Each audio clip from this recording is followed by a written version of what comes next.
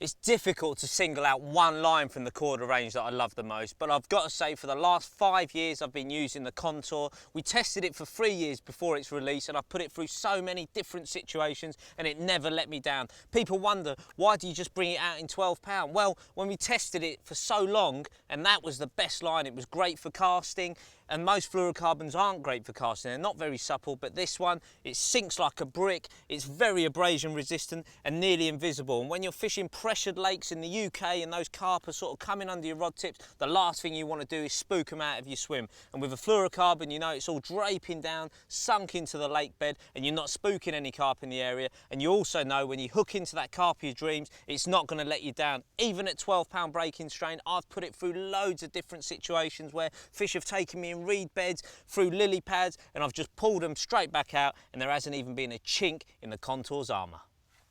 The line I've used almost exclusively for the last 5 or 6 years is Contour. We field tested it for 4 years before we even brought it out, and during that period I've had loads of big fish from the UK on it, loads of English 40s. I've fished at 120 yards at Wenton Country Park. I've fished right under my feet as well in really weedy conditions, and it always stands up to the job. I've caught fish over 70 pounds on it in France and fish from various waters over 50 pounds as well, and it just never lets me down. The reason I love it so much is because it sinks like a stone. It's on the bottom virtually straight away from the rod tip all the way out to where you're fishing. I always fish it super slack so the fish can come in, feed in the area, not come into contact with the lines, and it definitely gets me more bites. And it is super durable. Only comes in 033, which is 12 pound, but that is all you need. I've had epic battles with really big fish going down the back of bars in the UK, pulling them back up through weed beds, getting them in every time. And you run your fingers down the line and there's no nicks or anything in it, so it lasts a lot longer than normal mono.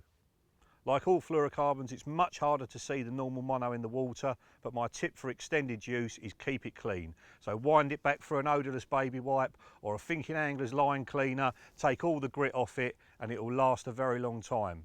It is more wiry than normal mono, so it doesn't cast quite as far.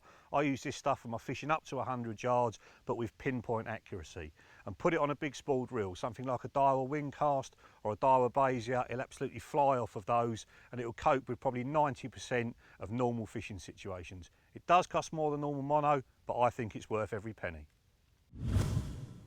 £15 brown subline has to be my personal favourite. I use it for all situations up to 120 yards. My top tip would be to change this when I'm fishing in clearer water where the green comes into its own. I'll use this when I'm casting even over 120 metres, and in that situation I would use the £10 like I did at Gigantica last year and still manage to land impressive fish of 47 and 46 pounds. Get on it.